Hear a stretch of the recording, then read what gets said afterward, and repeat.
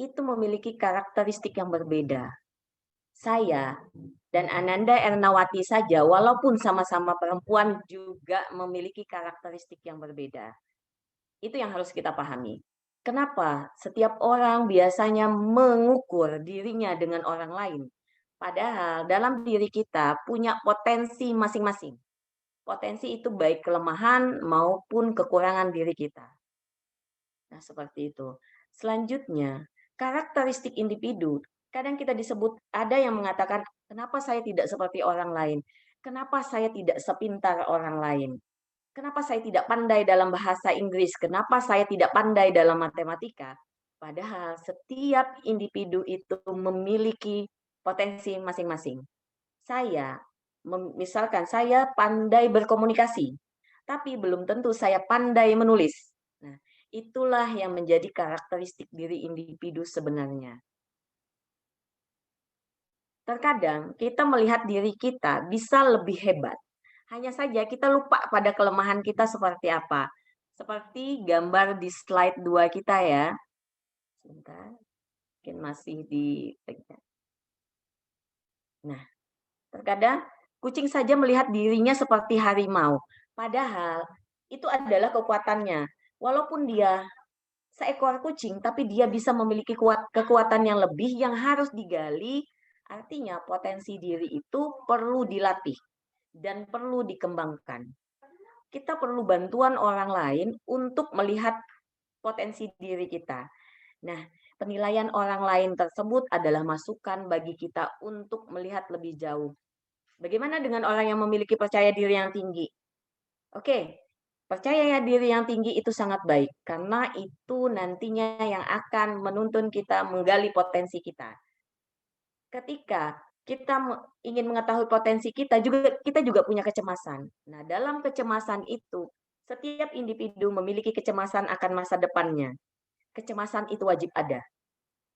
Tapi ada kadarnya lagi, tidak harus terlalu tinggi.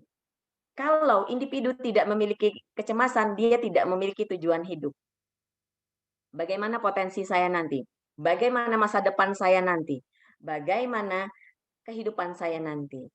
Itu adalah yang harus dipikirkan. Artinya Anda punya kecemasan tentang hal itu, hanya saja tidak berlebihan. Ketika kecemasan berlebih, akhirnya Anda akan terpuruk. Seperti itu. Selanjutnya,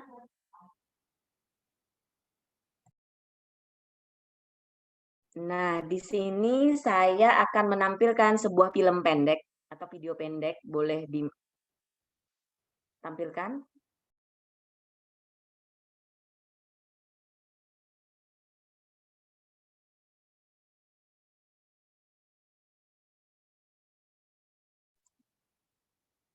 Suaranya bisa di...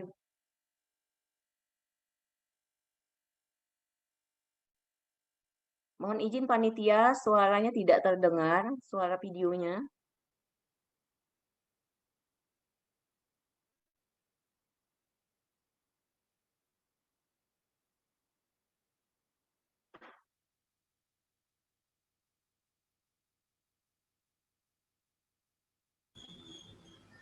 Diulang share screen-nya.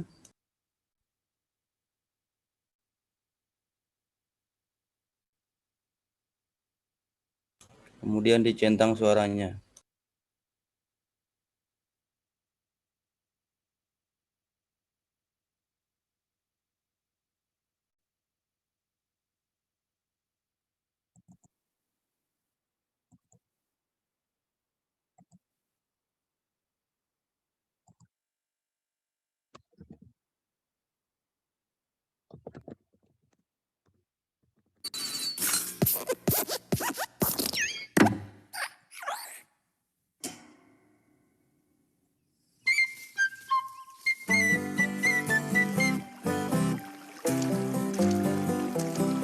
Here's a story on how strange is life with its changes, and it happened not long ago.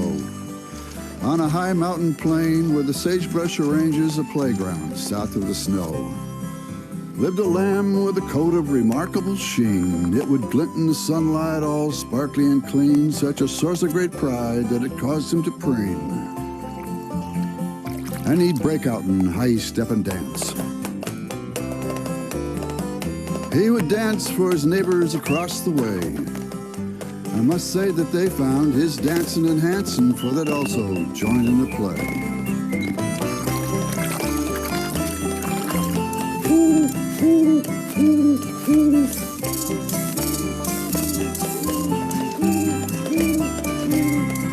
Then one day,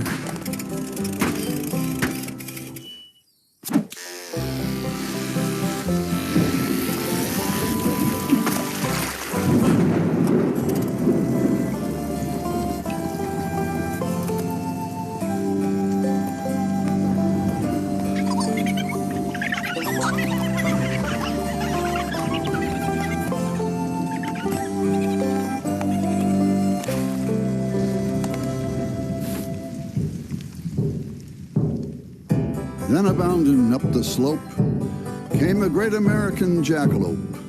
This sage of the sage, this rare hair of hope, caused to pause and check out the lamb. Hey kid, why the mope?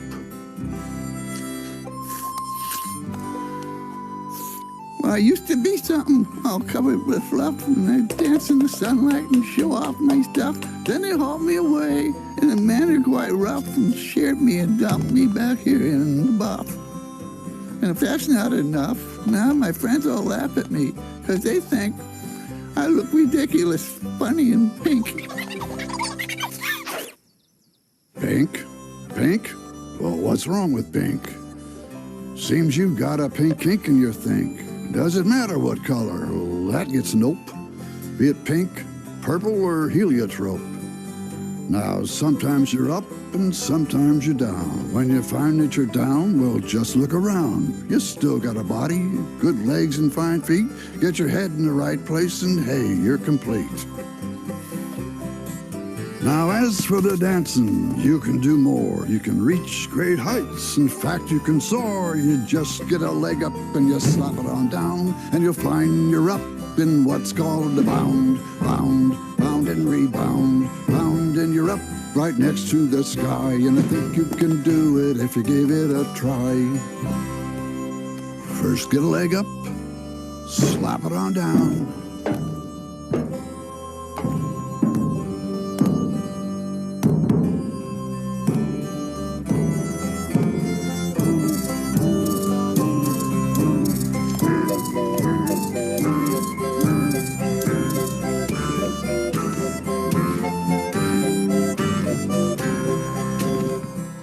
So every year, long about May, they'd load him up and they'd haul him away, and they'd shave him and dump him all naked and bare. He learned to live with it. He didn't care.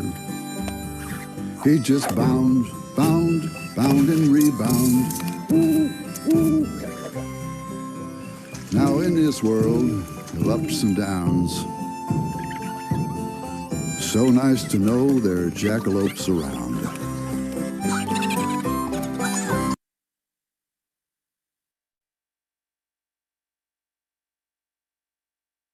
Baik, rekan-rekan yang hadir pada kegiatan ini, kita boleh langsung diskusi. Nah, dari film tadi, film pendek tadi, apa ya makna yang bisa kita ambil? Mungkin ada yang bisa menjawab?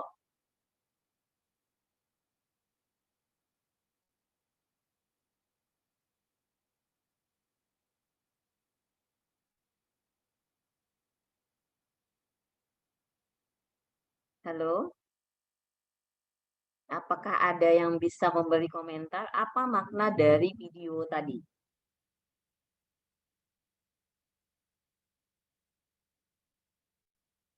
Oke, jangan pernah menyerah. Ada pesan, jangan pernah menyerah. Bagus, selanjutnya. Dari diri sendiri. Percaya diri. Al-i'timadu ala nafsi. Selalu bersyukur dengan apa yang dimiliki. Bagus, jawabannya bagus semua. Nah, sebenarnya ketika kita melihat film tadi, film pendek tadi, banyak hal yang bisa kita pelajari bahwa ketika kita mengalami masalah pun kita harus kembali bangkit lagi. Nah, itu yang akan kita bahas nanti. Nah, ketika kita memiliki potensi yang ada di diri kita, tadi seperti domba itu tadi, bahwa apa yang ada pada dirinya adalah bulu domba yang bisa dimanfaatkan orang lain untuk membuat baju dan perabot lainnya. Itu adalah potensi dirinya. Itu yang bisa kita ambil selain tadi rasa bersyukur, apa yang disampaikan teman-teman tadi itu sangat benar. Bulu domba bisa digunakan untuk berbagai perabotan. Itu potensinya domba. Selain nanti ada susu yang bisa dihasilkan, apalagi daging. Nah, itulah potensi. Sama seperti manusia. Manusia memiliki potensi yang bisa dimanfaatkan orang lain tentunya untuk jalan kebaikan. Seperti itu. Ketika seseorang pandai berkomunikasi, tentunya bisa digunakan dengan untuk berdakwah. Bisa diajak untuk berdakwah. Ada rekan-rekan yang tangguh. Nah, contoh saja ya, saya yang kenal nih Mas Epan nih. Mas Epan nih tangguh karena masuk dalam kegiatan untuk penanganan COVID dan sebagainya. Artinya, potensinya Mas Epan ini bisa dimanfaatkan oleh orang banyak dan berguna bagi orang banyak. Mungkin ada kawan-kawan lain nih yang saya belum terlalu kenal, nah seperti itu. Itulah potensi Anda ketika Anda bisa bermanfaat bagi orang lain. Apakah kita harus jadi orang hebat? Tidak kan? Apakah kita harus jadi pemimpin dulu biar kelihatan potensi kita? Tidak seperti itu. Anda saat ini adalah orang yang memiliki potensi. Hanya saja terkadang kita tidak tahu potensi kita di mana. Saya mau jadi apa sih? Itu yang tidak kita pahami karena kita tidak menggali apa yang ada pada diri kita. Banyak kawan-kawan di Pemuda Muhammadiyah ini terlibat dalam kegiatan-kegiatan amal. Itulah potensi kita, berguna bagi orang lain. Ada yang dengan kekuatannya, ada yang dengan komunikasinya, ada yang pandai misal melobi seperti itu. Akhirnya banyak bantuan yang didapatkan. Itulah potensi Anda. Selanjutnya, boleh slide berikutnya.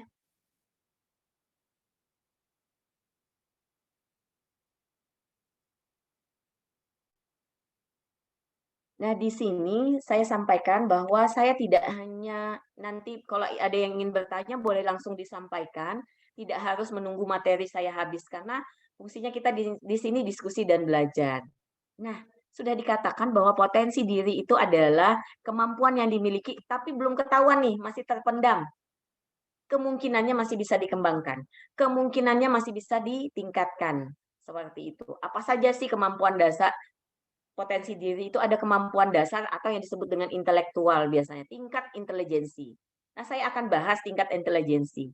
Banyak orang mengukur intelijensi itu melalui tes psikotes, biasanya tes psikologi seperti itu. Untuk mengetahui tes intelijensi itu, saya memerlukan tes intelijensi biasa yang kami gunakan itu adalah CFIT.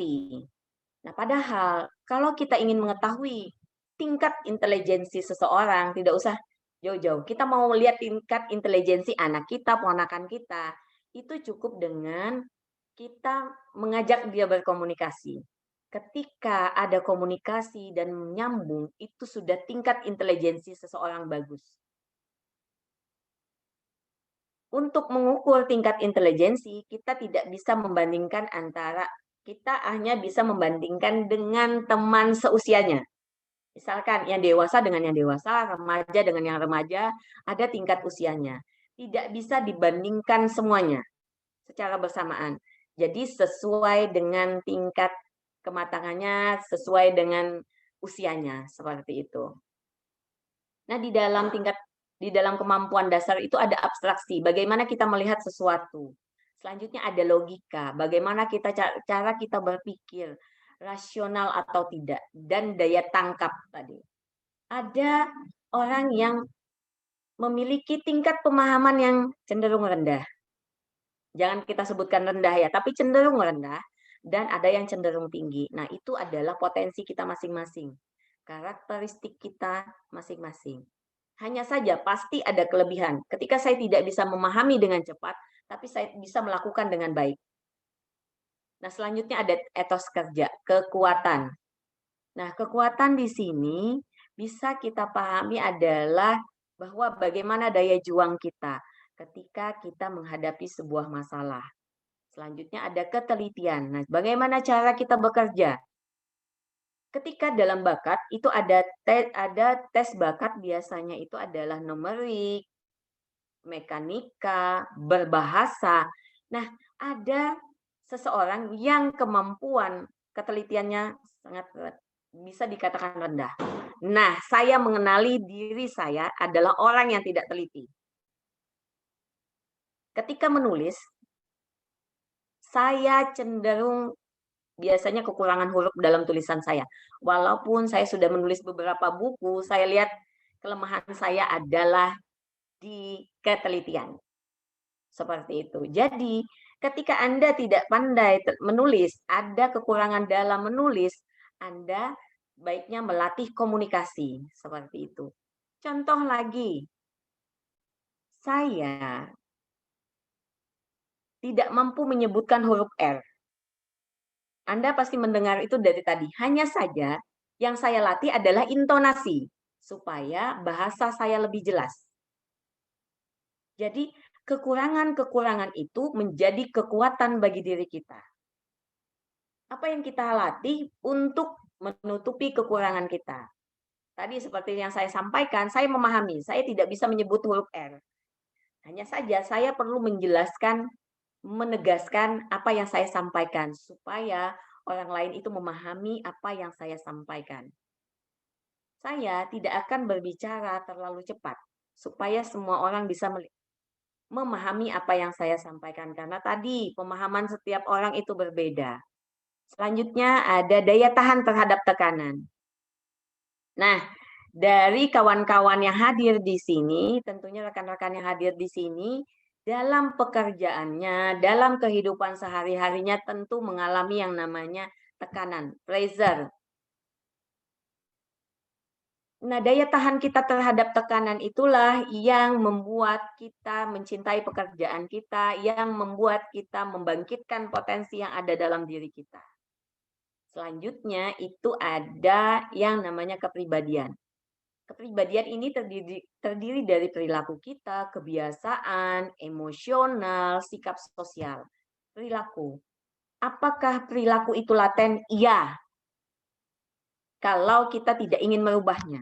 Laten dalam artian menjadi suatu kebiasaan. Apakah bisa dirubah? Tentunya bisa. Dengan latihan. Ketika seseorang tidak memiliki kemampuan untuk asertif, menyampaikan apa yang ingin dikatakan, menyampaikan bahwa sesuatu yang kita tidak sukai, itu perlu latihan ketegasan. Artinya, Anda perlu berperilaku tegas. Dalam hubungan interpersonal, ketika kita dalam lingkungan kerja, pergaulan, tentunya perilaku-perilaku yang harus kita latih adalah perilaku tegas, empati. Apa kaitannya dengan potensi diri? Itu akan menambah kepercayaan diri Anda. Selanjutnya kebiasaan. Itu tadi yang saya sebutkan bahwa perilaku itu dilahirkan dari kebiasaan. Bagaimana lingkungan mendidik kita? Bagaimana lingkungan membelajarkan kita? Nah, emosional. Emosional itu, ada yang tahu emosional itu apa saja? Terdiri dari rasa apa saja?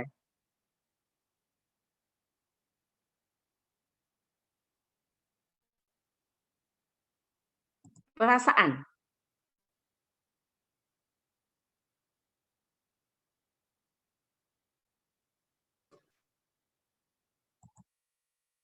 Ada yang tahu emosional itu apa saja?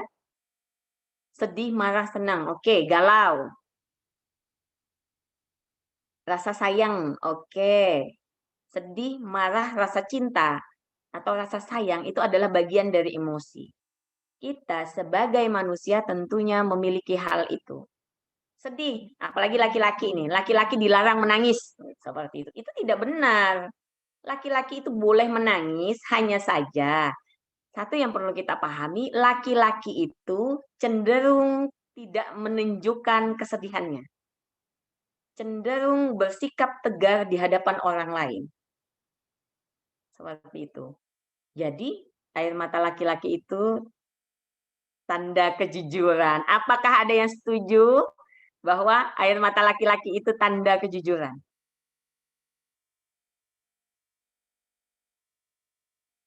Ada yang mengatakan seperti itu. Setuju. Nah, ada yang bilang setuju. Oke. Nah, jadi tidak salahnya seseorang itu menangis. Hanya saja tidak harus berlebihan. Begitu juga menghadapi kesenangan. Seperti itu. Kesenangan yang berlebihan akhirnya menjadi euforia. Oke, pengendalian diri. Ada yang mengatakan ini Arif mengatakan pengendalian diri, dendam, takut. Oke, itu adalah perasaan emosional dan sikap sosial nantinya. Nah, dari sini kita banyak belajar bahwa emosional bagian dari potensi diri karena ada pengendalian diri tadi katanya. Oke, air mata itu adalah di dalam hati, emosional kenikmatan. Oke, rasa senang tadi ya. Empati. Oke, sikap sosial. Masuk dalam sikap sosial. Ada yang mengatakan empati. Nah, Arif mengatakan empati. Itu masuk dalam sikap sosial. Empati, simpati, itu masuk dalam sikap sosial. Simpati, saya hanya mengatakan, kalau masuk ke sikap sosial ya, tadi dikatakan ada simpati. Ada dua, simpati dan empati. Yang lebih tinggi itu adalah empati. Simpati itu seperti ini, ada yang berduka. Oh iya, saya juga ikut sedih. Tapi kalau sudah berempati, Anda bisa merasakan apa yang orang lain merasakan. Nah, selanjutnya, slide selanjutnya.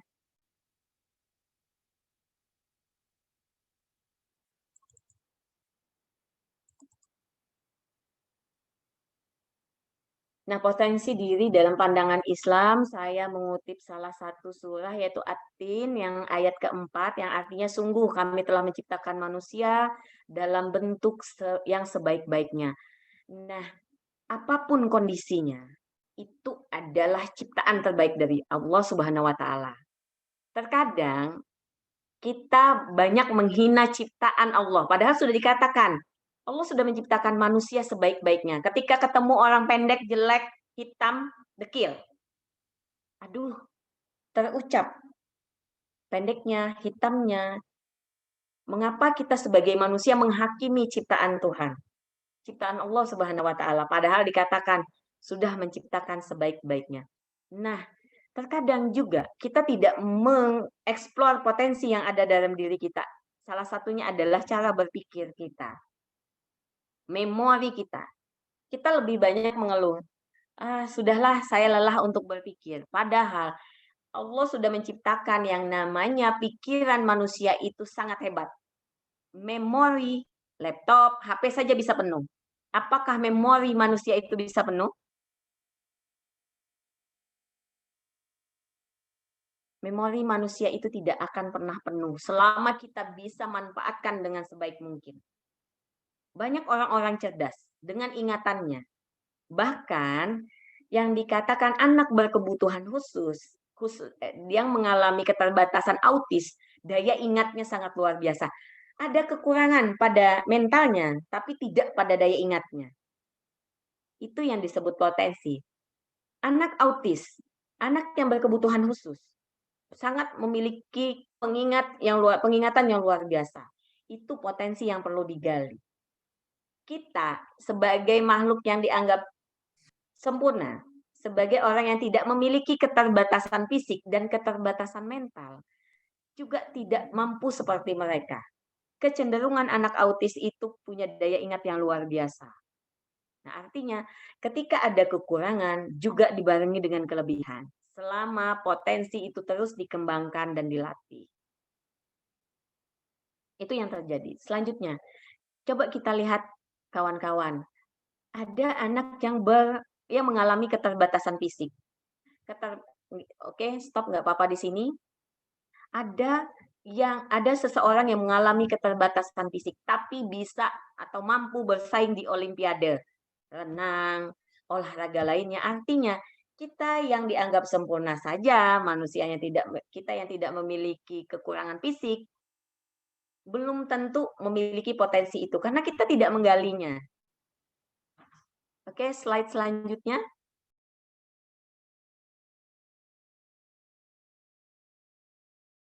manusia itu sebenarnya mampu memikul lebih dari apa yang kita bayangkan. Seperti ilustrasi gambar di berikut ini. Oke, jenis potensi yang ada dalam diri kita yang paling dasar itu adalah fisik. Fisik kita. Jadi apa saja sih yang ada di fisik kita? Nah, itu adalah kemampuan kinestetik atau kemampuan seseorang dalam menggerakkan tubuhnya. Tadi, dalam berbagai kegiatan.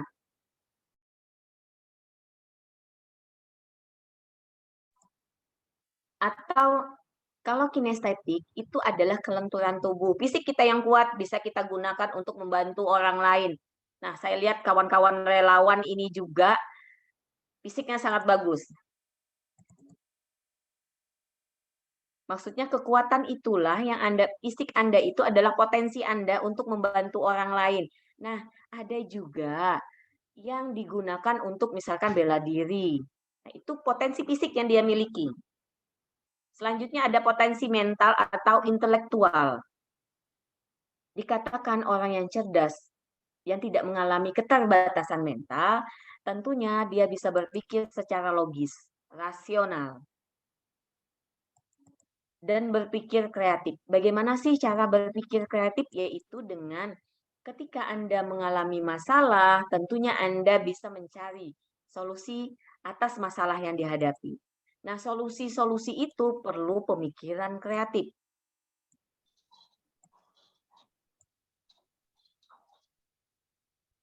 Kemampuan mental intelektual ini juga adalah kecerdasan yang ada pada otak manusia, artinya cara berpikirnya, kemampuan logika yaitu kemampuan seseorang untuk berpikir logis dan matematis. Nah, potensi ini berkaitan dengan kecerdasan dalam pemikiran untuk memahami sesuatu. Kalau disebut itu adalah biasanya kemampuan intelijensi atau kemampuan umum. Ketika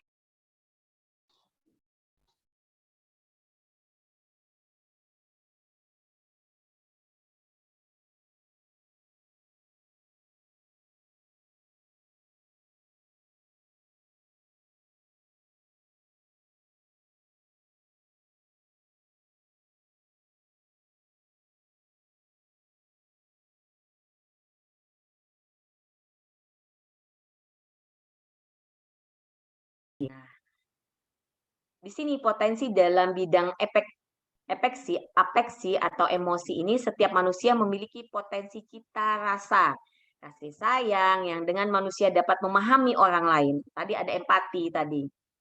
Nah, juga sebagai kemampuan naturalis, yaitu kemampuan seseorang untuk merasa peka terhadap orang lain, peka terhadap apa yang terjadi pada diri sendiri. Seperti itu. Selanjutnya itu ada potensi mental spiritual. Nah, potensi mental spiritual ini terkait pada potensi kecerdasan yang bertumpu pada bagian dalam diri kita yang berhubungan dengan kearifan yang atau nilai-nilai pribadi kita. Nah, contohnya saja memiliki kemampuan sosiologis, yaitu kemampuan seseorang untuk peka tadi, kemampuan interpersonal atau kemampuan untuk menjalin hubungan dengan orang lain. Nah, selanjutnya ada potensi ketangguhan. Nah, di sini yang dimaksud ketangguhan, bagaimana daya juang Anda atau kita semua dalam menghadapi masalah. Seperti itu. Nah, sampai pada tahap slide ini, adakah yang ingin ditanyakan?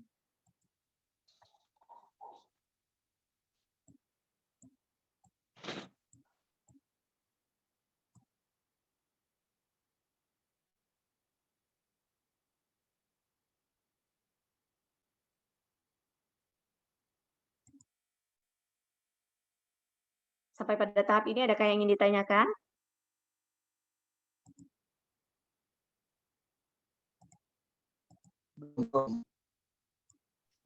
Itu ada yang nanya di room chat, Yunda. Iya, oke. Jadi apakah faktor ya boleh dibacakan. Apakah faktor umur mempengaruhi dalam mengenal potensi diri?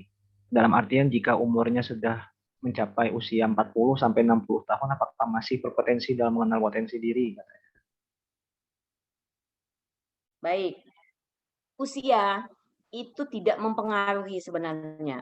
Kematangan ketika dikatakan usia 40 tahun, oh iya, saya baru mengetahui potensi saya di usia dewasa, tidak. Nah, sebenarnya ketika kita ingin mengenali potensi kita, ketika anak-anak itu perlu bantuan orang lain. Artinya perlu bantuan orang dewasa untuk memplow up dia. Ternyata orang tua melihat potensi anaknya dulu. Setelah itu dibantu untuk mengenali potensinya. Remaja itu sudah pada tahap remaja, individu itu sebenarnya sudah bisa memahami potensi yang dimilikinya. Tentu saja dengan bantuan juga tetap dengan bantuan orang lain selain diri sendiri. Karena ada dua faktor. Ketika kita ingin mengenali potensi diri kita, itu kita mengenali diri kita sendiri dulu baru dari pendapat orang lain. Apakah usia 40 sampai 60 tahun itu masih bisa mengenali potensi? Tentu, semakin meningkatnya usia kita, semakin kita menjadi dewasa dalam berpikir, tentunya kita dapat mengintrospeksi apa yang ada dalam diri kita, apa kelemahan diri kita. Contoh seperti ini saja, saya tidak bisa menunjukkan contoh pada orang lain, karena yang merasakan itu adalah diri kita sendiri. Dulu, saya menganggap ketika saya tidak bisa menyebutkan huruf R, itu adalah kelemahan saya. Saya identifikasi dulu kelemahan saya. Saya tidak pandai berbicara. Saya tidak pandai berkomunikasi. Nah, kawan-kawan, sekarang menganalisis. Dari saya paparan tadi, apakah saya sering menyebutkan ketika paparan, adakah seperti itu?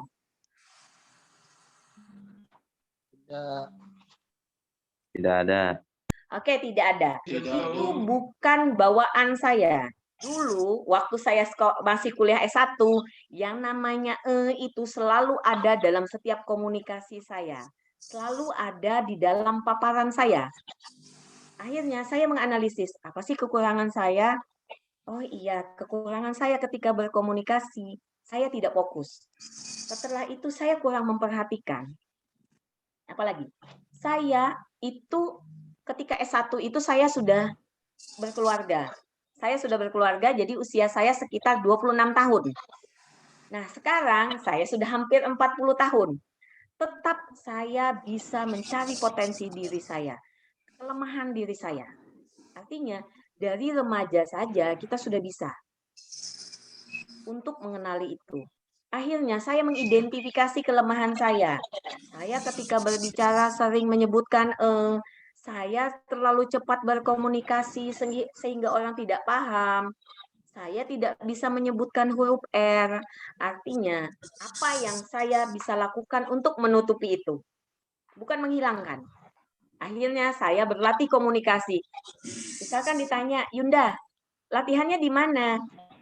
Saya berlatih dengan cara selalu belajar untuk berkomunikasi. Saya rekam suara saya ulangi lagi. Oh, saya salahnya di sini. Oh, saya terlalu cepat. Oh, saya tidak menguasai materi sehingga saya sering menyebutkan Ini apa yang saya rasakan tentunya pernah rekan-rekan rasakan. Jadi, melatih semuanya itu perlu juga bertahun-tahun. Artinya begini, saya S1 mengalami itu. Saya mulai berlatih dari saya ketika masuk S2. 2 tahun saya berlatih berkomunikasi.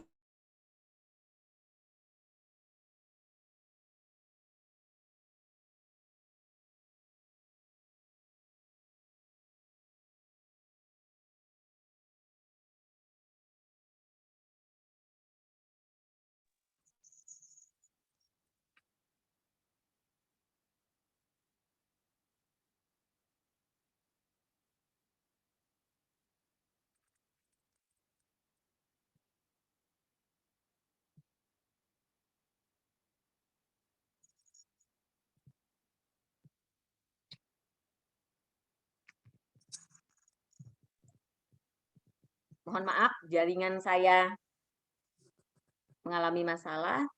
Nah, inilah kelemahannya ya kalau dalam kegiatan kita virtual. Saya juga jujur, kenapa saya selalu bergerak? Karena saya kalau itu secara offline, saya sering jalan-jalan. Nah, itulah yang saya lakukan ketika paparan. Jadi, saya banyak bergerak. Sebenarnya apa? Itu juga salah satu untuk meminimalisir kecemasan kita ketika paparan. Seperti itu. Nah, tadi mohon izin panitia, tadi ada pertanyaan tentang emosi.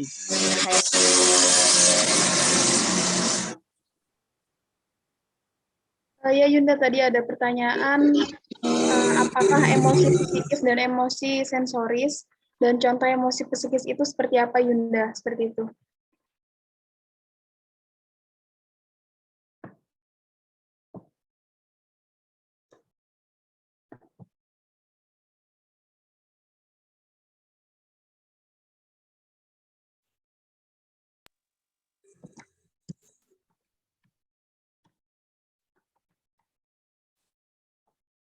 Mikrofonnya belum terbuka.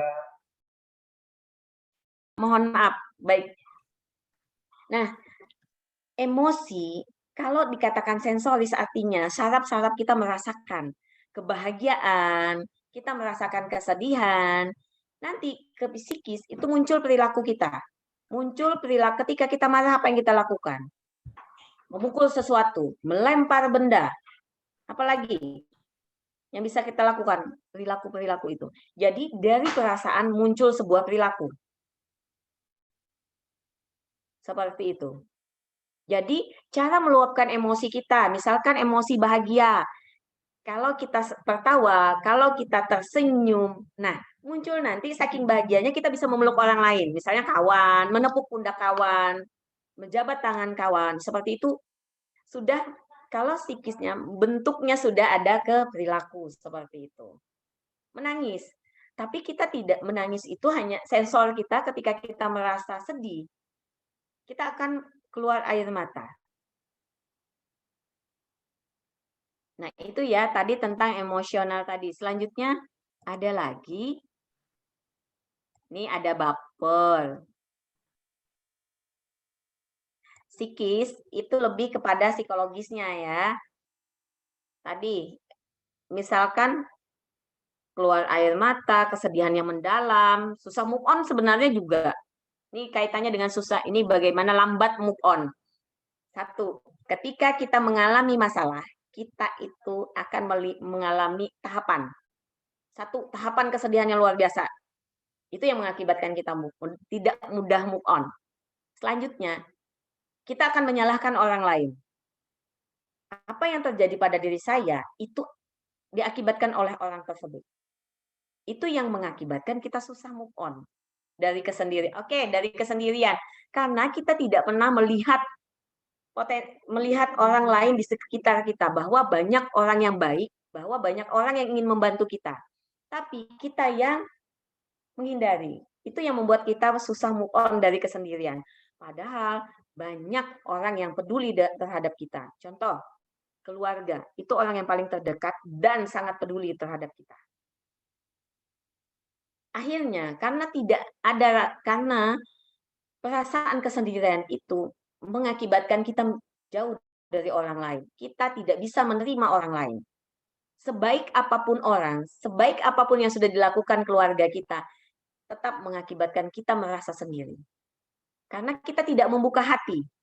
Kesedihan yang berlanjut. Terlalu menyalahkan diri sendiri. Terlalu menyalahkan orang lain. Itu yang mengakibatkan susah move on.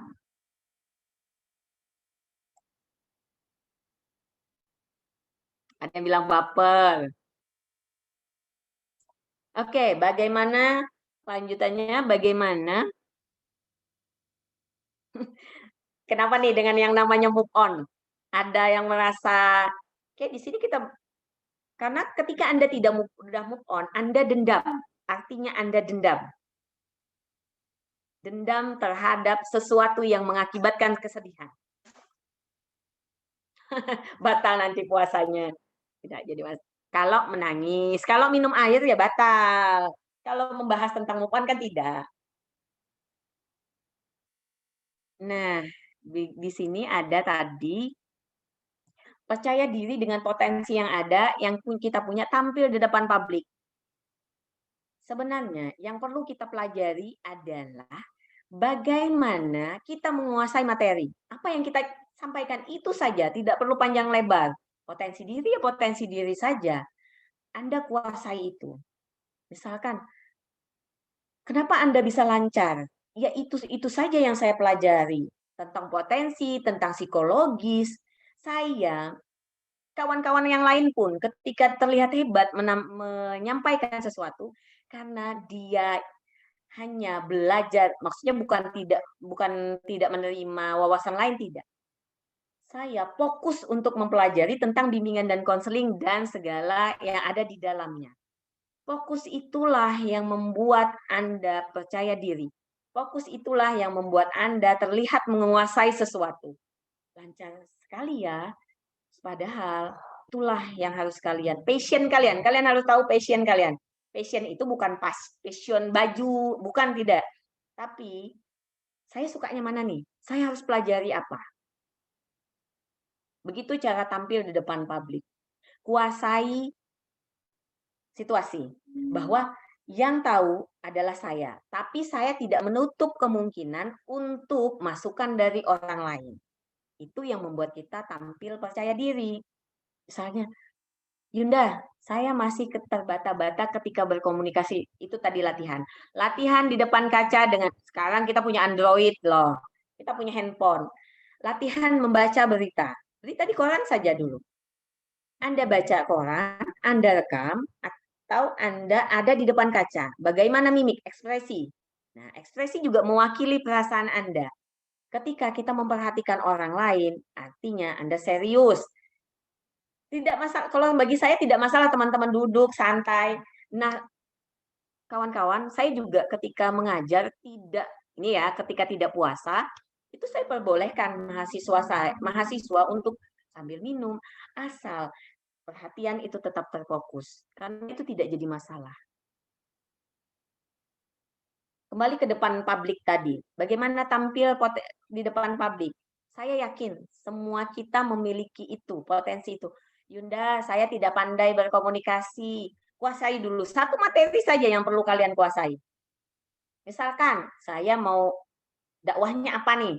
Wah, itu dulu yang saya perdalam. Akhirnya Anda terlihat sangat menguasai. Seperti itu. Nah, terus mendengarkan, kemampuan mendengarkan, memahami orang lain, memberikan kesempatan bagi orang lain ketika bertanya. Itu juga salah satu potensi Anda untuk tampil di depan publik. Belajar untuk mendengarkan orang lain. Oh ya, saya bukan orang yang lepas dari kritikan. Ketika tampil saya akan tanya, apa kekurangan saya? Tadi ketika saya paparan, apa yang harusnya saya lakukan? Oh, masukannya seperti ini. Itu adalah salah satu cara untuk meningkatkan potensi Anda. Meningkatkan cara Anda berkomunikasi. Nah, mohon moderator bisa dibacakan supaya moderator ini juga terlatih untuk berbicara. Dari anak ini ada Hengki Setiawan. Ya, baik. Ada pertanyaan dari Hengki Setiawan. Yunda, Assalamualaikum warahmatullahi wabarakatuh. Pak Dikma sebagai seorang tua bahwa nilai dari intelijensi anak. Sehingga jika nilai sekolah anak jelek akan cenderung memarahi anak. Padahal setiap anak punya potensi lainnya selain intelijensi. Bagaimana Yunda cara yang baik untuk menerangkan merubah mindset ini?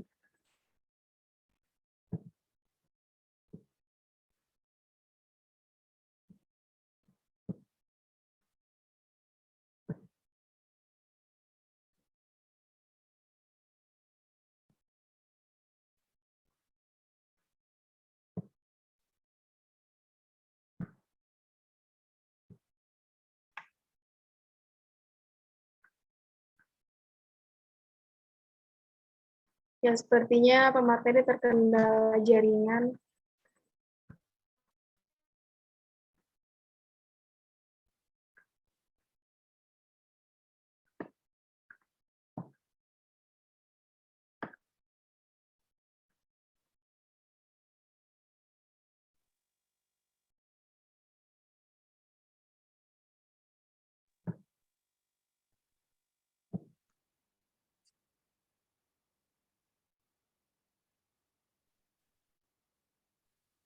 Tapi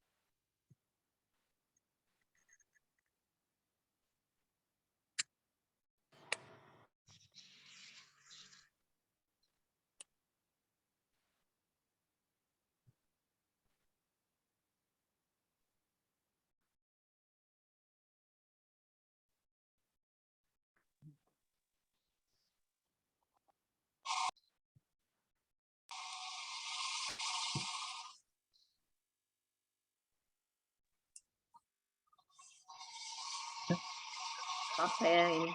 Baik, saya lanjutkan. Nah, kenapa masyarakat hanya menilai dari hasil belajar saja? Sementara kita pahami tadi bahwa tidak semua orang menguasai.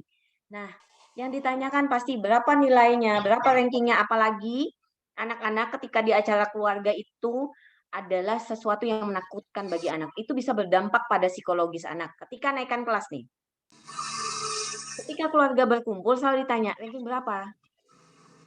Kalau ada anak dalam keluarga kita yang memiliki nilai yang tidak tidak tinggi atau rankingnya biasa saja, nah itu akan menjadi peguncingan dalam keluarga. Kamu tidak suka belajar. Bagaimana orang tuamu mendidik? Bagaimana cara orang tuamu mendidik sehingga nilaimu seperti itu, mendapat nilai yang rendah? Ini saya buka ya. Ini saya diri saya lagi nih. Saya dari sejak SD sampai SMP, bayangkan dari 35 siswa, saya ranking 35. Kelas E lagi. Kalau saya dulu di SMP, itu di MTSN model, itu kan ada 5 kelas. Sudah kelas E itu dianggap kelas yang paling cenderung, aktif. Dari satu kelas itu saya paling rendah lagi, 35. Karena saya tidak mengenali potensi saya, karena saya juga begini, ketika seseorang dijudge anak bodoh, itu akan muncul dalam pikirannya. Kalau tidak ada bantuan orang untuk menyelamatkannya. Bahwa ini anak bodoh nih, ini seperti ini, akhirnya mindset kita, oke, saya adalah anak yang tidak bisa apa-apa lagi. Saya anak yang tidak bisa bersaing dengan orang lain. Itu yang terjadi, itu yang saya alami. Mungkin kenapa saya jadi dosen BK? Itu adalah salah satu bentuk dendam masa lalu, ibaratnya ya. Tapi saya alihkan untuk hal yang lebih positif. Saya mencoba belajar bagaimana tentang psikologis, bagaimana tentang mental. Nah, bagaimana cara Anda menjelaskan kepada orang lain bahwa nilai itu bukan pengukur intelijensi seseorang? Nah, banyak orang yang pintar tapi tidak cerdas. Sebenarnya dikatakan intelijensi bagus itu ketika mengalami, nah ini yang harus dipahami. Yang dikatakan intelijensi bagus itu, tes intelijensi itu tidak ada tes menggunakan angka. Tes intelijensi itu yang perlu dipahami adalah melalui gambar. Nah, melalui gambar itu kita diminta untuk menganalisis bagaimana cara kita mengatasi masalah-masalah umum. Artinya tidak ada hubungannya dengan nilai. Bu, apakah salah dengan anak yang nilainya bagus? Tidak. Itulah potensinya. Saya bagaimana mengenali potensi saya, akhirnya saya seperti ini. Oke, saya tidak pandai di matematika. Ternyata saya adalah anak sosial. Artinya yang saya perlu gali adalah sikap sosial saya. Tadi larinya saya ke bimbingan dan konseling. Seperti itu. Nah, menjelaskan kepada orang tua bahwa dari 5, misalkan 5 mata pelajaran wajib, anak itu tidak harus menguasai semuanya. Nah, begini juga di sekolah. Nih terkait dengan tadi dikatakan dengan anak-anak. Ada jurusan IPA, ada jurusan bahasa. Setelah itu ada jurusan IPS. Nah, yang perlu saya tanyakan kepada kawan-kawan semua, yang dikatakan anak pintar itu anak jurusan mana?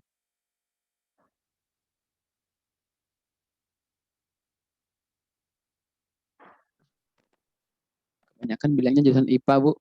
Jurusan IPA. Oke. Kebanyakan bilangnya gitu. Oke, setuju saya. Penilaian masyarakat, anak IPA adalah anak yang best, anak yang terhebat. Banyak orang tua, pengalaman saya, banyak orang tua yang memaksakan diri akhirnya anak dimasukkan ke IPA. Karena tadi popularitas, gengsi.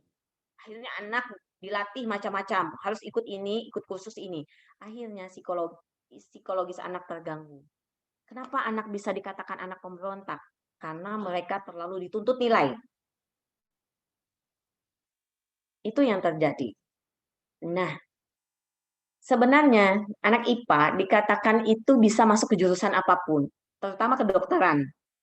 Sebenarnya yang perlu kita pahami, yang saya jelaskan kepada orang tua biasanya seperti ini. Ibu, kenapa ibu memilih jurusan IPA untuk anak ibu? Bisa jadi dokter. Saya bilang, apa salah dengan jurusan IPA? Dengan IPS? Kalau IPA bisa jadi dokter, anak IPS bisa menjadi pemilik rumah sakit yang mempekerjakan dokter. Apa hebatnya? Akhirnya seperti itu. Nilai itu bukan satu-satunya yang mengukur intelijensi.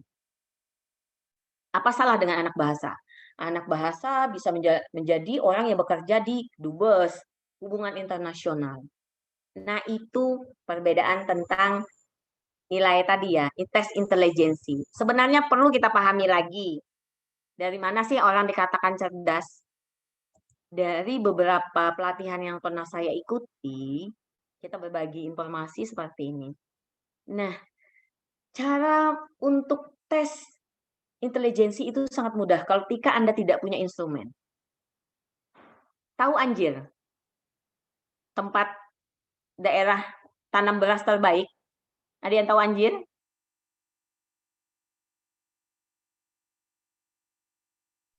Halo? Anjir di Kalsel, Barito Kuala.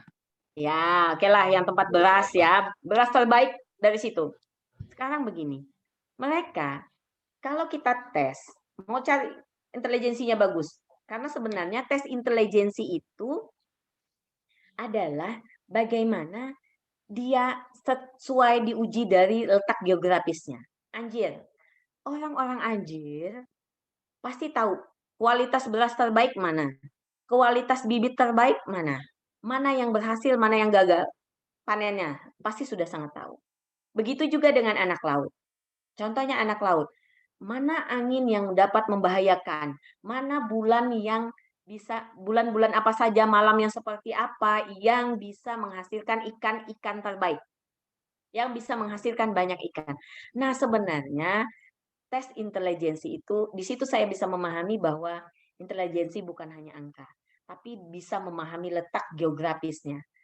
Potensi apa yang bisa terjadi ketika alam berbicara. Tadi ketika angin, oh tidak bisa berlayar, ikan tidak akan dapat, oh bulan terlalu terang. Nah, itu sebenarnya juga alat-alat tes intelijensi. Nah, sampai di situ untuk tes intelijensi. Jadi memberi pemahaman kepada orang tua, katakan bahwa tidak semua nilai itu yang mewakili apa yang ada pada diri anak kita. Ya, semoga kita bisa saling berbagi. Semoga saya nanti masih bisa berbagi informasi yang lain seperti itu. Izin bertanya, apakah wajar kita iri dengan potensi orang lain dan potensi diri kita belum maksimal? Iri wajar. Yang tidak boleh itu dengki. Karena kalau iri kita, wah dia hebat seperti itu. Saya akan mengenali potensi diri saya sendiri. Oke, saya akan gali potensi saya. Nggak harus sama dengan orang itu. Kalau iri seperti itu, tapi kalau sudah dengki, kita akan menghalalkan segala cara untuk menjatuhkan orang tersebut. Perlu iri. Tapi jangan sampai dengki. Iri itu tadi, begini, iri itu ada sisi positifnya. Artinya ketika Anda iri, Anda harus maju dong. Anda harus kenali diri dong. Harus tingkatkan potensi. Nah, itu fungsi iri yang secara positif.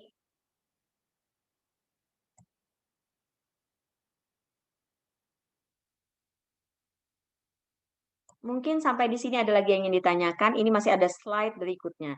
Nah, contoh juga salah satu paparan nih tadi, kembali lagi. Sebenarnya ini latihan buat kawan-kawan semua. Ketika paparan, tidak perlu banyak slide. Ketika paparan, cukup Anda tuliskan poin-poinnya saja. Jangan yang ada di dalam PowerPoint Anda adalah poin Word. Semua yang ada di file Word Anda masukkan ke dalam PowerPoint. Jadi Anda terfokus untuk berlatih. Poin-poinnya saja atau kata-kata kuncinya saja. Nah, mungkin kalau ada yang ingin ditanyakan juga masih bisa terus berlanjut. Nah, rekan panitia boleh maju ke slide berikutnya. Nah, mengukur kelebihan dan kelemahan diri. Tadi tes potensi. 1, introspeksi diri itu paling utama. Apa yang saya lakukan tadi sudah benar apa tidak? Apa yang saya sampaikan tadi sudah benar apa tidak? Nah, seperti itu. Ketika Anda introspeksi diri. Nah, ketika ada orang lain yang tidak suka bergaul dengan saya, apa yang salah dari diri saya? Kita akan selalu menganggap diri kita benar tanpa ada masukan dari orang lain. Tadi feedback, nanti kembalinya kedua, feedback, masukan dari orang lain. Rekan-rekan, dalam organisasi ini. Nah, di sini kita mau melihat kelemahan atau kekuatan kita. Ini kita salah satu organisasi besar. Nah, ketika dalam pergaulan, perlu Anda tanyakan kepada kawan sejati Anda, apakah perilaku saya selama ini sudah bisa diterima oleh orang lain? Sebagai kawan yang baik, jawablah dengan jujur, tanpa menyinggung, tegas begini. Nah, sebenarnya ketika dalam kegiatan, misalkan dalam hubungan interpersonal, Anda atau kamu sering tidak memberikan kesempatan kepada orang lain. Setelah itu, kamu hanya yakin dengan pendapatmu saja. Hal-hal yang seperti itu perlu masukan dari orang lain dengan introspeksi diri tadi. Jadi perlu sahabat sejati Anda ditanyakan, ini dalam organisasi ini. Harus ada salah satu orang yang mau menilai kita. Kita jangan tersinggung ketika disampaikan, aduh dirimu selalu terlalu lancang, dirimu tidak memberikan kesempatan pada orang lain, dirimu selalu memaksakan kehendak atau egois. Nah, artinya itu adalah, oh, bukan juga itu membuat diri kita lemah, tidak. Tapi kita lihat, kalau jangan mau ada pembenaran, biasanya begini, mekanisme pertahanan diri kita itu luar biasa. Ketika Anda egois, mekanisme pertahanan diri itu luar biasa. Saya kan seperti ini. Saya memang seperti ini. Saya tidak suka dengan dia. Saya tidak suka dengan pendapatnya. Pendapat saya adalah yang paling benar. Itu yang terjadi ketika mekanisme pertahanan diri Anda muncul. Sikap egois. Itu yang harus dipahami. Nah, ketika ada orang lain berani menyampaikan apa yang tidak disukai dengan diri kita, itu adalah anugerah sebenarnya. Itu adalah tolak ukur kita ketika kita berperilaku.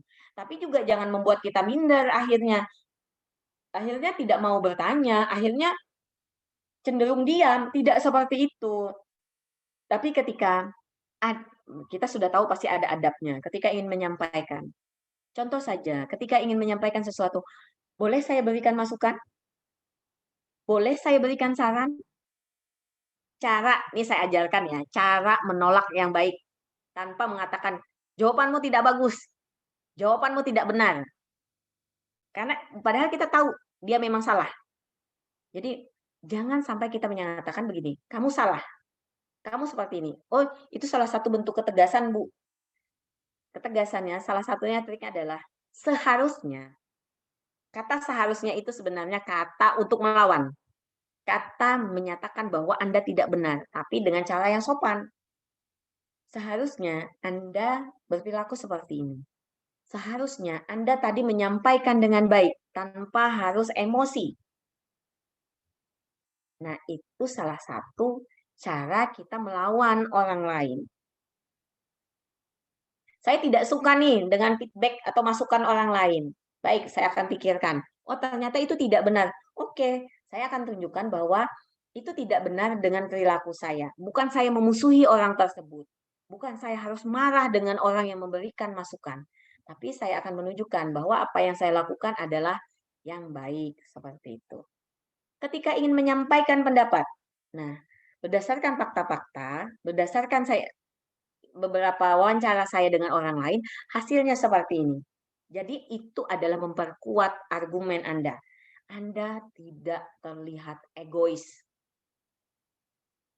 Selanjutnya ada tes psikologi. Oke, tes psikologi ini juga sangat baik untuk melihat bagaimana perilaku kita, ketahanan diri kita, bagaimana sikap kita terhadap orang lain.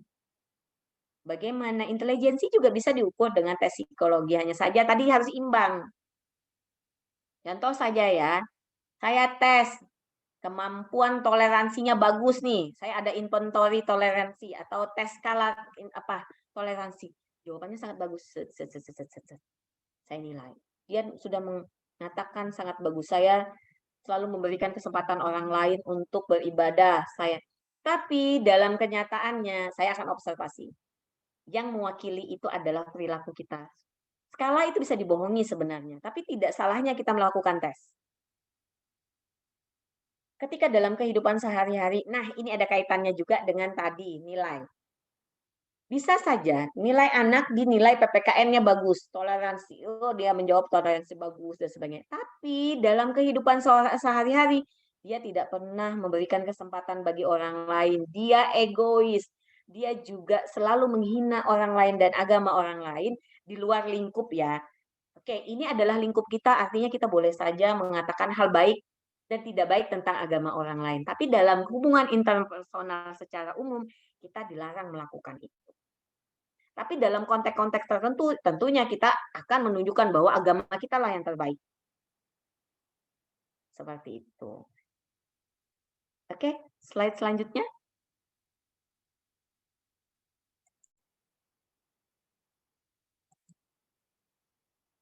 Nah, di sini ada cara menumbuhkan potensi diri. Bertanggung jawab pada diri sendiri. Oke, saya begini. Hal baik, buruk, itu adalah keputusan diri kita. Ketika kita ingin melakukan sesuatu, kita sudah pasti mempertimbangkannya. Saya bilang tadi, seperti cara berpikir kreatif. Cara berpikir kreatif itu ketika kita menghadapi masalah, kita tahu misalnya ada 2 solusi yang kita pilih, 1, 2.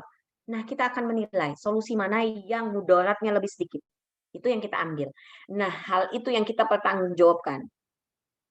Ketika kita sudah memutuskan sesuatu, kita bertanggung jawab terhadap pilihan kita. Bertanggung jawab pada diri sendiri. Salah satunya juga bangga terhadap diri sendiri. Jangan membandingkan dengan orang lain. Saya dengan potensi saya akan melatih diri saya. Seperti itu. Bertanggung jawab dengan diri sendiri, apa contohnya juga? Saya belajar disiplin. Itu salah satu contoh bertanggung jawab dengan diri sendiri. Saya berpenampilan menarik. Itu juga salah satu cara bertanggung jawab dengan diri sendiri. Bu, apakah boleh berdandan? Apakah tidak boleh berdandan? Sewajarnya. Seseorang yang baik, seseorang yang disukai orang lain adalah penampilan. Apakah penampilan itu harus berbaju bagus? Tidak, tapi rapi. Apakah harus berbaju mahal? Tidak, asal rapi dan wangi. Itu salah satu cara bertanggung jawab pada diri sendiri. Terkadang, biasa aja saya mau turun juga. Oh, saya keluar dengan pakaian seperti ini ya sudah biasa saja. Saya pakai baju piyama pun bisa jalan. Jangan seperti itu. Bertanggung jawablah pada diri sendiri dengan menghargai diri. Oke, ketika ingin tidur, saya pakai baju tidur. Ketika ingin ke masjid, tentunya saya menggunakan baju koko terbaik. Terbaik itu bukan mahal, tapi rapi dan bersih. Ketika saya ingin tampil paparan, saya tentunya mencari baju yang nyaman, rapi dan bersih, bukan baju baru. Saya tekankan, bukan baju yang baru membuat seseorang percaya diri tinggi, tapi bajunya lebih nyaman, sopan, dan rapi. Itu salah satu bentuk wujud bertanggung jawab. Selanjutnya, tentukan hal yang penting bagi diri Anda. Sekarang tujuan hidup Anda apa? Buat itu. Saya ingin membahagiakan kedua orang tua saya. Apa yang harus saya lakukan? Oke, saya menekuni pekerjaan saya dengan baik. Saya mencintai karir saya dengan baik. Setelah itu, ketika saya berkuliah, artinya saya akan bertanggung jawab dengan kuliah saya sampai saya lulus. Tentukan hal penting bagi diri Anda. Apa salahnya bercita-cita tinggi, bermimpi, selama itu gratis. Hanya saja kita bisa mampu mengukur kemampuan kita. Bagaimana saya bisa jadi pemimpin kalau saya saja tidak menanamkan nilai kepemimpinan bagi diri saya sendiri? Saya tidak mampu memimpin diri saya sendiri dengan apa contohnya? Manajemen waktu. Nah, itu seperti itu ya. Kerjakan apa yang sudah diprioritaskan. Oke, saya hari ini menulis. Artinya, dalam sehari, saya harus ada 1 paragraf yang saya tulis. Oke, hari ini saya ingin memberikan orang lain pemahaman. Misalnya contoh saja bagi relawan. Prioritas saya adalah orang banyak. Saya hari ini ingin memberikan informasi kepada orang lain tentang bahaya COVID, misalnya seperti itu. Itu yang saya lakukan. Ketika saya ingin menulis, artinya setiap hari saya harus ada menulis bait yang saya tulis, ada paragraf yang saya tulis. Ketika saya ingin menjadi orang yang mendapatkan informasi yang banyak, saya harus membaca berapa jurnal 1 hari. Itu yang Anda fokuskan. Ketika saya ingin melakukan hal besar, saya bangun pagi. Saya kerjakan dengan tulus. Seperti itu. Bekerja sama. Nah, tim tentunya. Ini adalah organisasi besar. Kemampuan bekerja sama. Salah satunya kaitannya dengan memahami orang lain. Oke, dalam organisasi ada yang tadi, ada orang yang sikapnya yang berkuasa. Ada yang ingin dia saja yang mengerjakan. Ada orang yang main tunjuk saja. Ada yang saya nebeng saja ya. Seperti itu. Ada orang yang suka protes tapi tidak melakukan sesuatu. Itu pasti ada dalam sebuah organisasi. Nah, sebagai pemimpin sebuah organisasi, artinya Anda akan memberikan tanggung jawab kepada masing-masing anggota Anda. Oh, ini orangnya kurang disiplin. Suruh dia jadi pembawa acara. Atau dia seksi acara. Karena seksi acara itu orang yang harus paling pagi, yang paling siap. Tanpa Anda harus bilang, iya Anda pemalas ya. Tidak, berikan dia tanggung jawab. Itu yang harus Anda lakukan supaya Anda bisa bekerja sama. Ketika menyuruh pun seperti ini. Oke, saya berikan Anda kepercayaan sebagai misalkan seksi acara. Komitmen seksi acara itu apa saja. Oke, harus datang pagi, pulangnya lambat, artinya dia harus disiplin. Nah, itu adalah cara-cara pemimpin untuk mengajak anggotanya bekerja sama.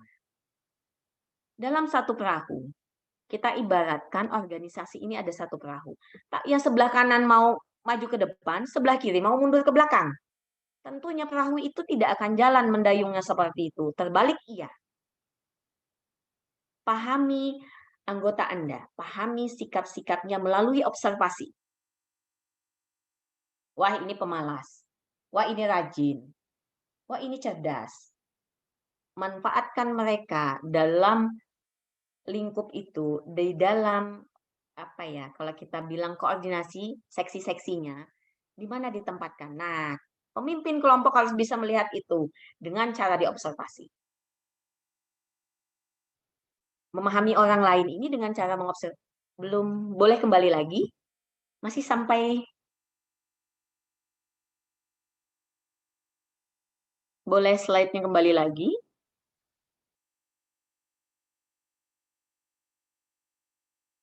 Cari solusi yang terbaik. Nah, tadi tentunya ketika kita ada masalah, kita harus ada 2 opsi atau 3 opsi. Atau yang namanya solusi. Begini. Saya orang yang sering terlambat. 1, apa yang saya harus lakukan? 1, bangun pagi. 2 membuat jadwal, 3 membuat alarm. Mana yang harus saya lakukan terlebih dahulu? Oke, saya nyalakan alarm juga, saya buat jadwal juga. Ketika jadwal mental alarm yang maju, itu yang harus saya lakukan. Itu solusi yang terbaik. Ketika Anda tidak lulus ujian, misalkan mau jadi PNS nih, melamar jadi PNS. Anda harus punya ring masa depan, solusinya. Saya masuk jadi PNS. Kalau tidak, jadi ada kemungkinan terburuk dulu. Oh iya, saya melanjutkan perkuliahan. Saya akan berwirausaha. Nah, dari berkuliah dan berwirausaha, mana yang lebih utama? Pilih salah satunya. Itu yang harus Anda fokuskan. Artinya cari solusi yang lebih baik. Seperti itu. Contoh nih, ada tadi kata-kata move on. Putus cinta. Padahal kita nggak boleh sih pacaran. Maksudnya putus harapan lah terhadap orang lain, terhadap lawan jenis. Apa yang harus saya lakukan? Oke, saya mau terus melanjutkan kuliah atau saya terpuruk dari keadaan sedih saya? Atau saya tadi berwirausaha, saya tunjukkan yang terbaik dari diri saya. Boleh kuliah, boleh berwirausaha. Atau bekerja hal yang lain. Nah, seperti itu. Ada pilihan untuk masalah yang sedang dihadapi. Tantangan diri. Ketika saya memilih sesuatu, artinya saya menantang diri saya. Anda juga harus menantang diri Anda. Saya harus melakukan, ada deadline. Oke, di usia begini saya harus lakukan apa. Tapi ketika terjadi masalah, saya harus bangkit lagi. Saya tidak boleh terpuruk. Sedih boleh ketika mengalami kekecewaan. Marah boleh. Hanya saja tadi ada pengendalian diri. Marahnya seperti apa? Marah itu bisa kita gunakan menjadi kekuatan untuk bangkit lagi. Oke, selanjutnya.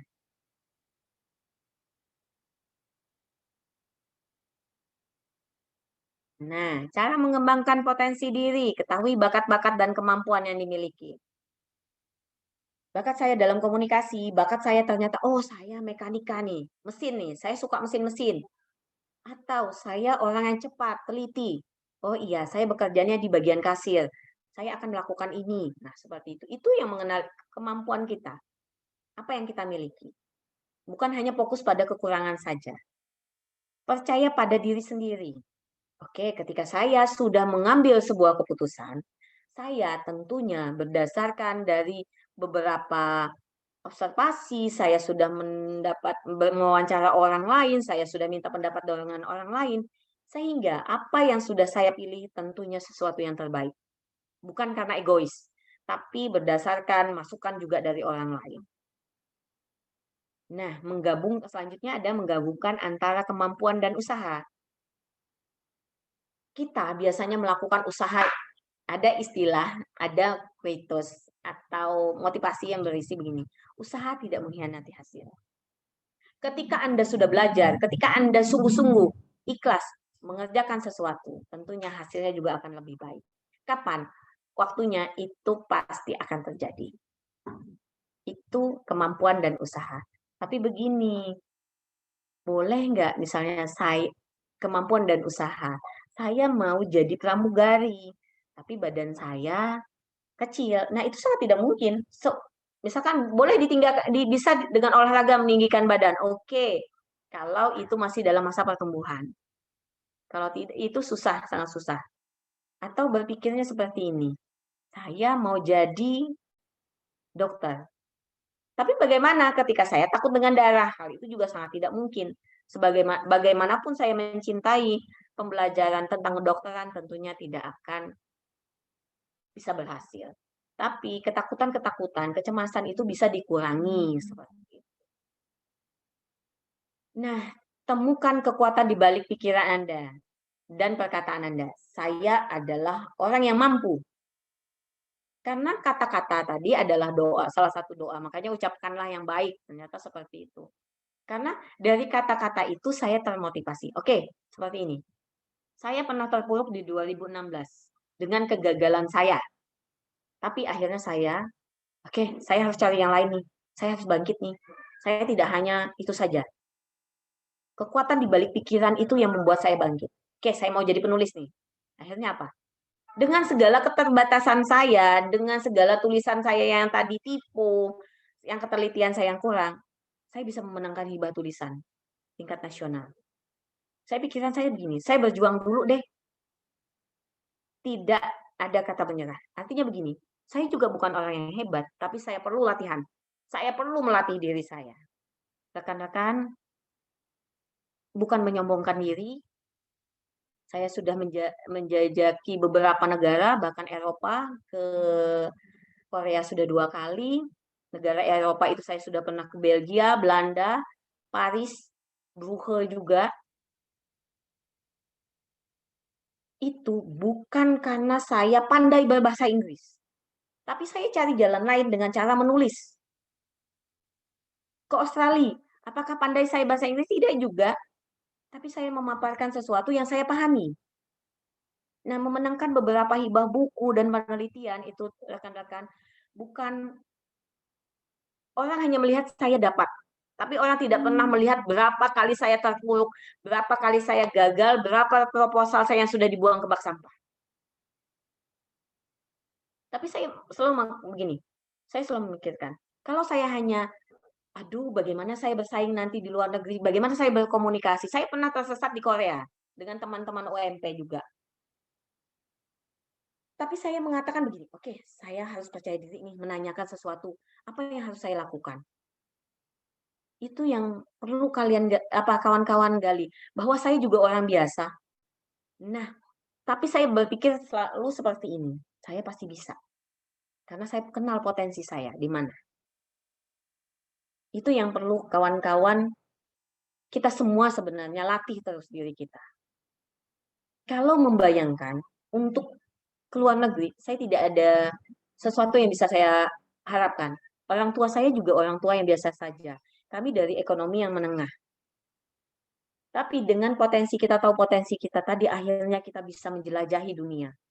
Setidaknya dengan tulisan yang dibaca oleh orang lain. Hal-hal baik itu yang perlu kita pikirkan. Itu terus. Dan kekuatan dalam pikiran dan perkataan itu adalah salah satunya juga tidak perlu mendendam terhadap apa yang orang lain lakukan kepada kita. Kejahatan yang orang lain, perilaku buruk yang orang lain lakukan, itu tidak menjadi dendam bagi diri kita. Itu salah satu kesuksesan sebenarnya. Kalau kita hanya dendam saja, saya pernah mendendam di 2016 2 tahun. Saya tidak mengenali potensi diri saya bahkan melupakan potensi saya. 2 tahun saya mengalami itu karena saya merasa dizolimi, tapi akhirnya saya bangkit lagi. Saya bangkit bahwa kekuatan pasti ada pada diri kita. Itu yang harus kita lakukan. Nah, gambarkanlah impian cita-cita kita secara mendetail. Oke, saya mau jadi penulis. Akhirnya saya membaca dan menulis, membaca, menulis. Gagal, baca, nulis, baca, nulis. Itu yang saya lakukan. Dan itu juga yang kalian, kawan-kawan harus lakukan. Bukan hanya pada tulisan. Saya berusaha nih, buka. Saya sudah pernah mencoba buka warung makan. Saya sudah, gagal. Oke. Artinya saya nggak bisa nih di sini. Saya beralih haluan. Saya tidak punya entrepreneurship nih, kewirausahaan. Seperti itu. Tapi jangan pernah takut gagal. Coba saja. Selama itu logis. Tadi seperti yang saya bilang, kembangkan pikiran positif. Tidak usah memikirkan bagaimana orang lain mendapatkannya. Tidak usah memikirkan bagaimana aib-aib orang lain. Oh, dia curang nih. Saya tahu nih. Apa nih dia ini dapat pekerjaan karena menyogok misalkan. Tapi hanya saya yang tahu, tidak perlu kita ceritakan kepada orang lain. Tentunya ada rahasia Allah. Kenapa Allah menyembunyikan dari orang lain? Seperti itu. Hanya saja, artinya, iya, selalu berhusnuzon. Dengan jabatan tinggi itu, bisa saja Allah menguji kita. Bahkan sampai saat ini, saya merasa masih diuji. Seperti itu. Jadi kita terus mengembangkan diri. Nah, selanjutnya itu adalah lakukanlah tindakan nyata. Oke, saya mau jadi penulis, tapi saya masih tidur-tidur saja. Saya tidak suka membaca. Tidak ada satu kata pun yang saya tulis. Hanya menulis, misalkan di media sosial, keluhan saja. Ingat, tidak perlu menuliskan keluhan di media sosial. Tidak perlu marah-marah di media sosial. Karena itu tadi menunjukkan kewibawaan kita. Seperti itu. Nah, selanjutnya bertemanlah dengan orang yang positif. Apakah kita tidak perlu mengenal, oke, berteman dengan orang yang positif tentunya kita juga mendapatkan banyak pelajaran. Tapi diingat, kenal dengan orang yang jahat pun kita akan mendapat sebuah pelajaran. Kenal saja ya. Kita boleh kenal dengan orang-orang yang negatif, tapi bukan berkawan. Karena kita orang yang menerima orang lain, dapat memahami orang lain. Cukup orang lain itu dengan kejelekannya. Tidak perlu kita ikut. Seperti itu. Tapi kita selalu berpikir positif. Bahwa apapun yang orang lain lakukan, itu pasti ada alasannya. Walaupun itu tidak benar. Kita cukup menasehati. Kalau kita tidak sanggup menasehati, cukup kita tunjukkan perilaku kita. Yang semoga bisa ditiru oleh orang tersebut. Selanjutnya, terus bangkit, atau saya bilang biasanya daya juang atau resiliensi. Oke, terima kasih sudah diingatkan. Nah, lakukan semuanya secara ikhlas. Tentunya apa yang kita lakukan tanpa pamrih. Kita kan makhluk yang penuh harapan. Oke, semoga saya nanti mendapatkan kebaikan. Lakukan saja secara ikhlas. Apa yang sudah belajarlah dengan ikhlas. Pekerjaan, kalau kita merasa pekerjaan itu tidak sesuai, cintailah dulu. Karena kalau kita ingin resign, kita ingin berhenti, tentu kita harus memikirkan apakah kita akan dapat pekerjaan yang lebih baik. Apa yang kalau kita mencintai, apa yang kita dapatkan sekarang, bersyukur dengan apa yang kita dapatkan, tentunya ini adalah yang terbaik. Oke, slide selanjutnya. Nah, ini adalah hambatannya adalah ketidakmampuan mengatur diri, nilai pribadi tidak jelas, tujuan pribadi tidak jelas, pribadi yang kerdil atau merasa diri rendah.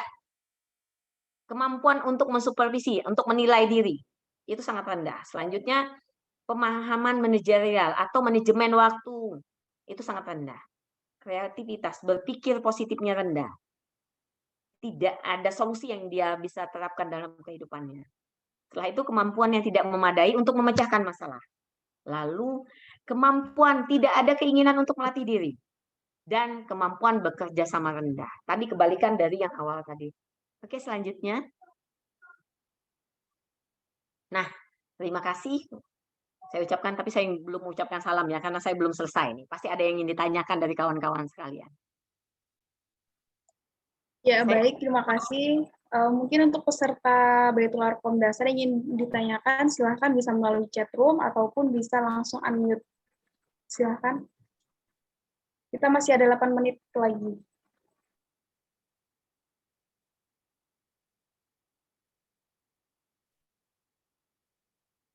Mungkin ada yang ditanyakan dari potensi lagi, atau sudah cukup, tidak jadi masalah. Nah, kesimpulannya adalah, saya akan simpulkan dulu nih. Siapa tahu nanti sudah terbatas. Begini, kesimpulannya adalah, kenali apa yang ada pada diri Anda. Jangan membandingkan Anda dengan orang lain. Karena Anda adalah yang terhebat. Dengan segala potensi yang dimiliki. Ada yang ingin didiskusikan mengenai diri sendiri atau ada sanak saudara kita. Rekan-rekan, yang perlu saya sampaikan juga bahwa saya mempunyai 2 putri. Nah, saya tidak pernah menuntut ranking mereka. Jadi mereka adalah anak yang paling berbahagia. Waktunya mandi hujan, mandi hujan. Waktunya belajar, oke belajar. Berapapun ranking Anda, selama perilaku Anda baik, itu yang kita tuntut. Tanyakan pada anak Anda, perilaku apa? Perbuatan baik apa yang sudah Anda lakukan hari ini? 1, belajar. Apalagi? Tadi membantu teman. Itu yang perlu kita tanamkan. Karena yang mulai terkikis ini adalah mentalnya. Adalah karakteristik baik. Itu yang sudah mulai berkurang. Akhlak terhadap orang lain. Menghormati orang lain. Itu yang terjadi. Kekurangan yang terjadi pada saat ini.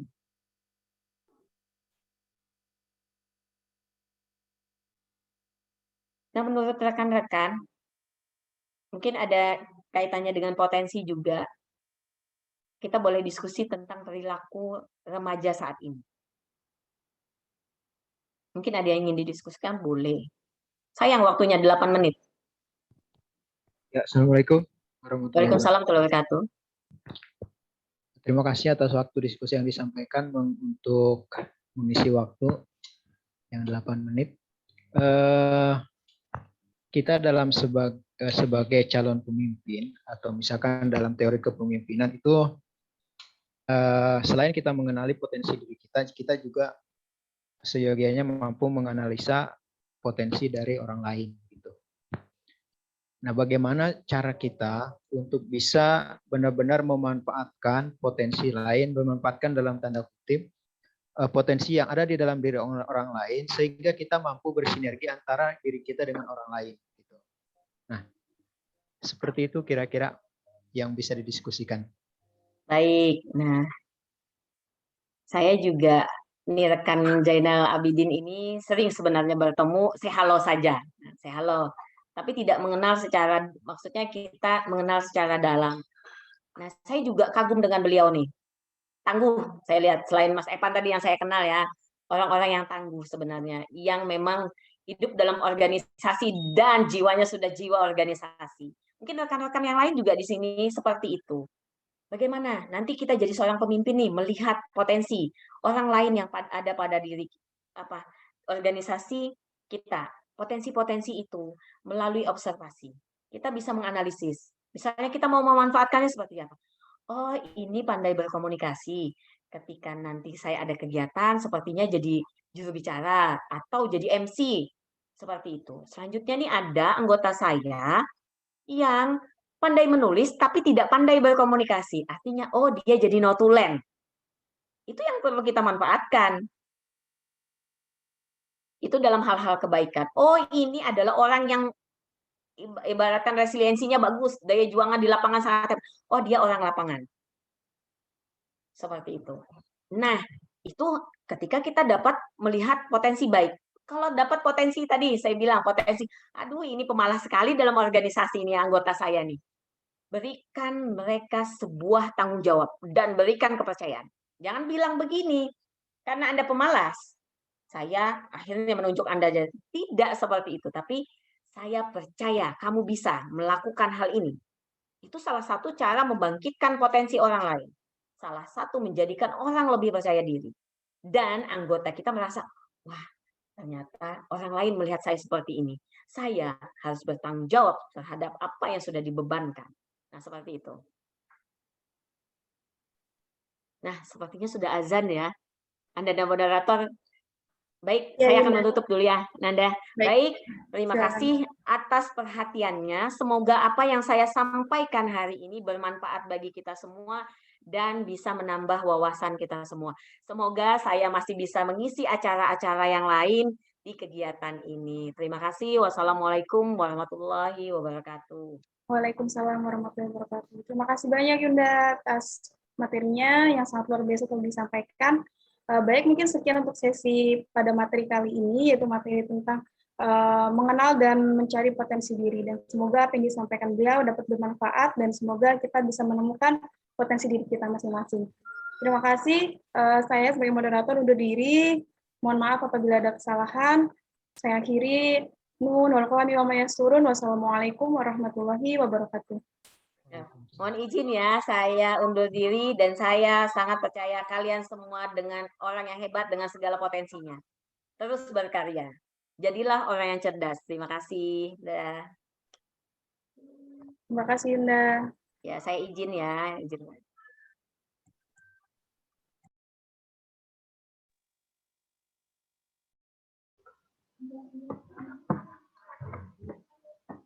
Baik, saya serahkan kembali kepada panitia. Terima kasih. Assalamualaikum warahmatullahi wabarakatuh.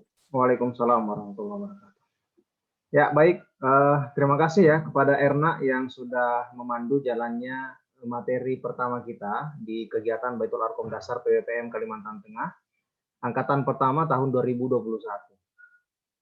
Ya, saya yakin teman-teman semua masih semangat ya. Ini kita sudah masuk waktu zuhur dan seperti yang sudah disampaikan tadi, insya Allah untuk khusus hari ini ya materi sampai siang ya, siang nanti masih ada materi, tapi untuk hari-hari berikutnya kita maksimal sampai sebelum zuhur ya.